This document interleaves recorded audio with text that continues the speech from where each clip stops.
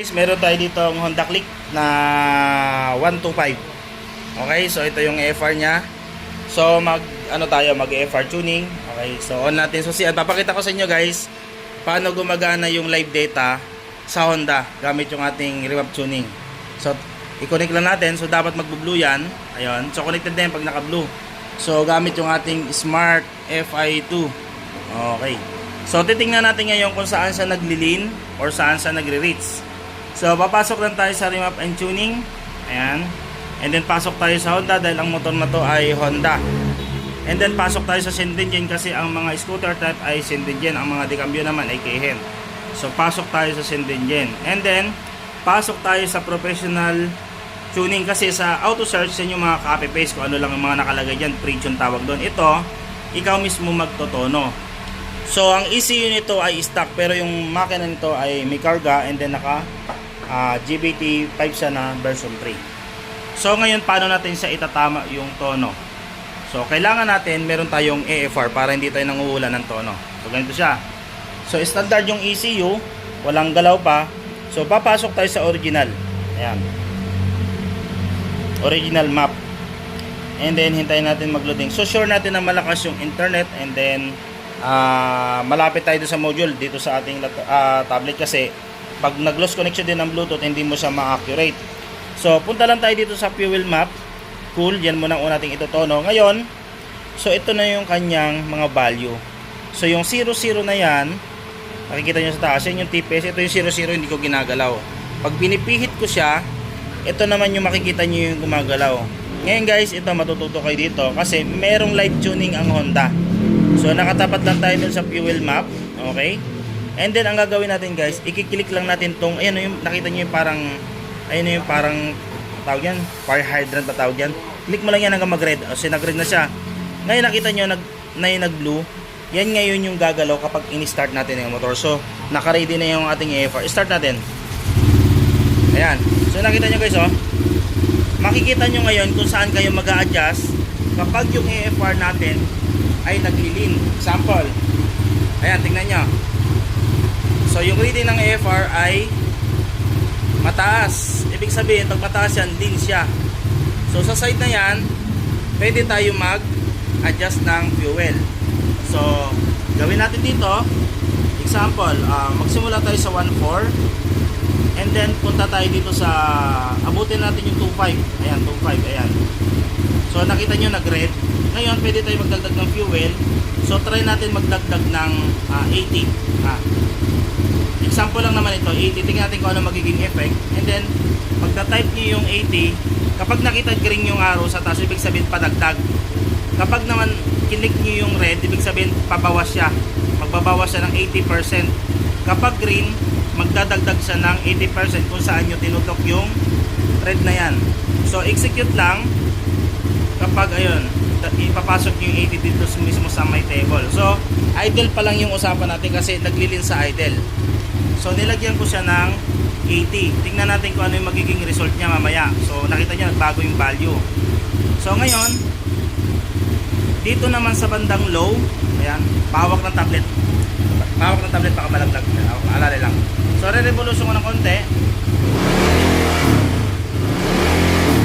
So, dito naman, makikita nyo,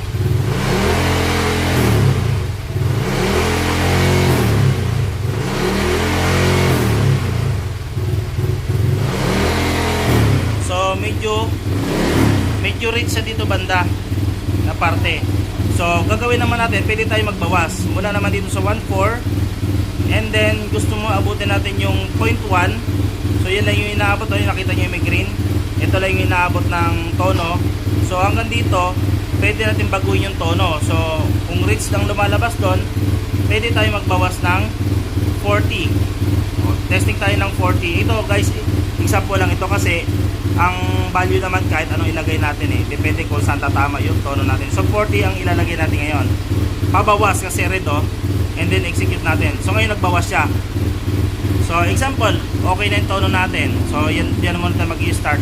Pero guys, ito ang kagandahan ng may live tune kasi hindi tayo manghuhula ng tono. Alam natin kung saan tayo mag-adjust.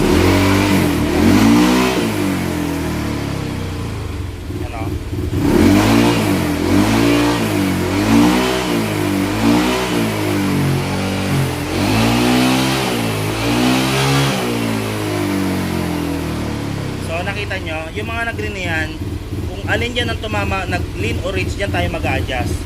So example lang muna to, ginalaw natin yung idle and then yung low. And then pag ipapasok natin sa motor, ang gagawin natin dyan, ipo-program mo lang, click mo lang yung program, ayan. So umaandar ang motor, okay. So pwede nating i-off yung motor or off mo natin yung motor kasi umaandar eh. Then on. So magdi-disconnect siya. So mas maganda guys, every time na magagawa tayo ng tono, bago natin siya i-on off, kasi gawa ng kapag umaandar na yung motor, nagtitingin tayo ng live data, then ipa-plus natin, pwede kasi makurap yung ECU minsan kapag umaandar. So mas maganda nakapatay yung makina. Ngayon ulitin na natin yung ginawa natin kanina. So mula dito sa 1.4 hanggang 2.5, nagdagdag lang ako ng 80. Yan, ulitin lang natin 80 and check, execute. And then dito naman sa 1.4, and then hanggang dito siya umabot siya ng 6.5. Ayan. So nagbawas naman ako dito ng 40. Okay. So tandaan nyo lang guys yung mga value na ginagawa natin. Ayan. Then check, execute natin. And then ipa-plus natin sa motor. Ayan. Plus natin papunta doon sa ECU. So pag lumabas na yung check engine, ibig sabihin pumapasok na yung file. And then kapag nag 1%, tuloy-tuloy na hanggang mag 100%. Iwasan natin na ma-lose contact yung wifi or yung any dito na mag-lose contact.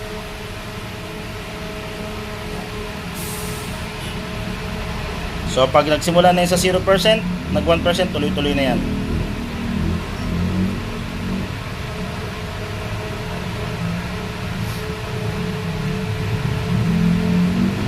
Ayun, nag-check engine na. Isipin, papasok na yung file. Ayun, nag 1% na. So hanggang mag 100% yan. So dapat hindi ma-interrupt yung tono, and then papatayin natin yung AFR kasi malulubat yung battery natin. Tanggalin natin to. So mas maganda lagyan ng on-off switch kasi malakas sa battery yung ating AFR. And ganyan lang hanggang mag 100%. So after natin matono or before magtono, dapat isi-save natin yung file na yan kasi next time bubuksan natin yung file na yan para yan itono natin. So ito lang yung save niya sa taas. And then pag i-open natin naman, doon naman. Ayun, so completing na. So okay lang natin yan. And then off natin yung susian, magdi-disconnect. Okay, and then on. So dapat bago tayo mag-on, tingnan natin yung AFR, saksak natin para kasi mag-ano yan eh, mag-loading siya. So bago natin i-start, dapat naka-number na siya. Wala na siya dyan sa sure nyo natin na malakas din yung ating battery. So mas maganda hiwala yung battery, may naka-external tayo na battery para hindi nadadama yung battery mismo natin. And then open ulit tayo ng map. Mamaya pagbukas natin ng susian. So on na natin. Ayan. So tumuwid na yung guhit, and then try again hanggang mag blue. Ayun. Bukas ulit tayo ng original map. Ayan. So example, ito yung ating na-save na file. So open natin yung file. Ito yung na-save natin kanina. Ayan. So hindi na natin pinakita sa inyo. Then click natin uli yung yung parang ano na yan, fire hydrant. Start.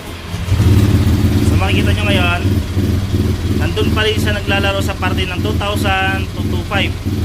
Ang reading niya ngayon yung pa rin. So ibig sabihin, yung nilagay natin na 80% hindi umi-effect. Ibig sabihin, ang ilalagay natin na value dyan mas malaki. Okay. Sa low naman, yun yung low.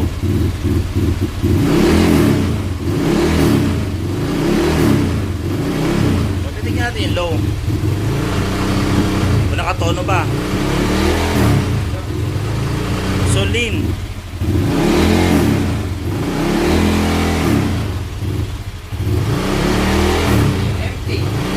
Ibig sabihin, doon sa parte na yon, yung mga naglilin na yon, doon tayo magdadagdag ng fuel. So ito, halos parehas sila ng low, saka parehas sila ng low, ng idle. Ayan, nag-idle rambulo. So, next time gagawin natin dito, mas malalaking value na. So, hanggang sa ma-fine tuning natin, itatama natin yung idle. And then, ulit-ulit lang yon. Nagkurante ngayon, nakikita natin na mayroon siyang live data. Hanggang sa max RPM yan. Yan, pakihawak ng tablet. Pakita ko lang.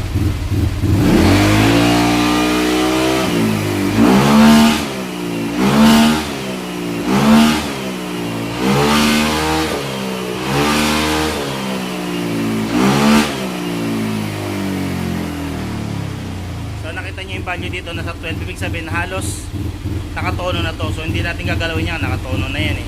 So gagalaw na lang tayo dito banda sa mga nag-idle rumble na yung mga hindi pa nakatono.